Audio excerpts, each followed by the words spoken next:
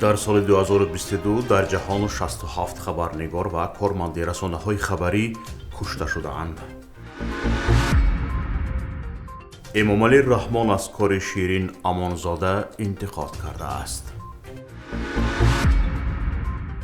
فرزند سیاره دوسایeva را به تاجیکستان آوردند.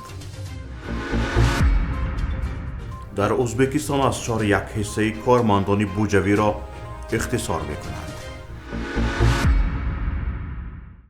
دوام سال 2022 در سراسر دنیا 67 روزنامه‌نگار و دیگر کارمندان رسانه‌ها کشته شده‌اند.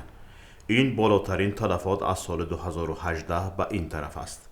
در این باره در گزارش تازه کمیته حفظ روزنامه‌نگاران SPG خبر داده شده است. به اطلاع SPG هنگام انعکاس حادثه‌های اوکراین 15 روزنامه‌نگار و کارمندان رسانه‌ها کشته شده‌اند. در گزارش آمده است که 13 تن آنها هنگام جمع‌آوری اطلاع و یا گزارش دادن کشته شده‌اند. سازمان می‌نویسد بیشتر کشتارها در ابتدای جنگ روسیه ضد اوکراین صورت گرفتند. آخرین کشتار کارمند رسانه‌ها در اوکراین در ماه می سال 2022 رخ داده است. آن زمان نواربرداری فرانسوی فردریک لکلرک امامخوف در اتوبوس حامل اوکراینی‌ها از بمباران روسیه فرار می‌کرد و زخمی شده دیرتر فوت دیده است. برخی از روزنامه‌نگاران گفتند نظامیان روسیه آنها را برقصدانه به هدف می‌گیرند. خطرناکترین منطقه برای روزنامه‌نگاران در سال 2022 آمریکای لاتینی بوده است. در این منطقه در مجموع 30 روزنامه‌نگار و کارمند رسانه‌ها کشته شده‌اند. همه آنها به انعکاس موضوعهای از قبیل جنایتکاری، فسادکاری، خشونت گروه‌های جنایی و مشکلات محیط زیستی مشغول بودند. رئیس جمهور تاجیکستان از کار شیرین امانزاده وزیر پیشین کار و مهاجرت تنقید کرده است.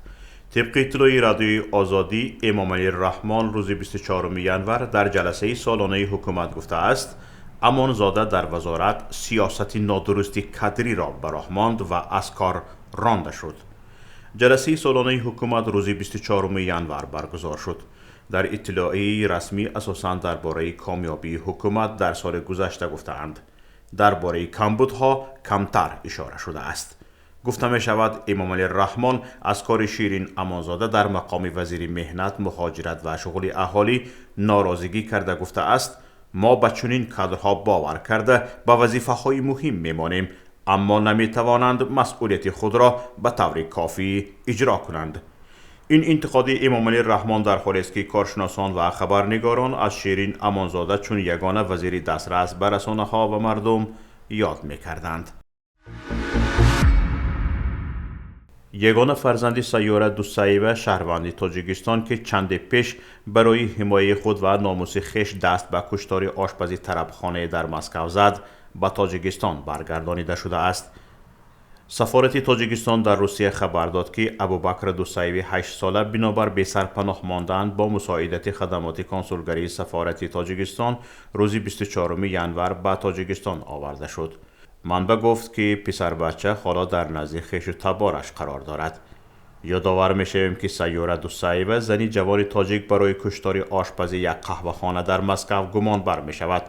طبق نوشته رسانه‌های روسی، این شهروند تاجیکستان روز 4 ژانویه سال 2023 در طربخانه خینکالنای تبلیسا واقع در شهر میتیشی ولایت مسکو از جانب آشپزی طربخانه مورد خشونت و بدرفتاری قرار می‌گیرد و برای حمایت خود با کارت به جسم مرد حمله‌ور می‌زند. مرد حمله‌ور بعداً به هلاکت می‌رسد. بر اساس فرمان پرزیدنت ازبکستان که روز 25 ژانویه به امضا رسید، در وزارت و اداره‌های این کشور در مجموع 17447 عدد هیئت رهبری کننده و دیگر کارمندان اختصار کرده می‌شوند. این 24% شماره عمومی کارکنان میباشد که در وزارت و اداره‌ها از حساب فاندهای بودجتی و غیر بودجتی معاش می‌گیرند. موافق فرمان، شماره معاونان راهبران وزارت و اداره‌ها از 207 نفر به 144 نفر یا خود 30% کم کرده می شود. 703 ماشین و 10 بنا نیز از کارمندان خالی می شود. در شرح قطعنامه گفته می شود که از حساب اختصار شماره کارمندان در بودجه 1.5 تریلیون سوم معادل 133 میلیون 400 هزار دلار و از حسابی کاهش واسطه های نقلیات 70 میلیارد سوم برابر 6 میلیون دلار صرفه می شود.